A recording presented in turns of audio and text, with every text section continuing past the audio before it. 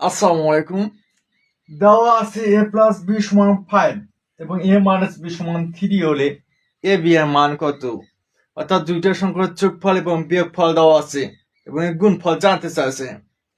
তাহলে এই দুটো সংখ্যা আপনি যোগ করে 2 দিয়ে ভাগ করলে বড় সংখ্যাটি অর্থাৎ a এর মান পাবেন।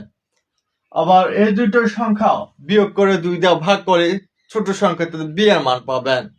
দেখুন a সমান 5 প্লাস 3 ভাগ 2 সমান 8 ভাগ 2 সমান 4। b সমান 5 মাইনাস 3 ভাগ 2 সমান 2 ভাগ 2 সমান 1। তাহলে এখন জানতে চাচ্ছে যে a b এর মান কত। তাহলে a b সমান a এর মান পাচ্ছি কত 4 গুণন b এর মান পাচ্ছি 1। তাহলে 4 সঙ্গে 1 গুণ করলে কত হবে 4। এই 4 হচ্ছে आंसर। 2 নম্বরে দেওয়া আছে x প্লাস y সমান 12 এবং x মাইনাস y সমান 2 হলে x y এর মান কত? উত্তরটা আপনারা কমেন্ট বক্সে লিখুন।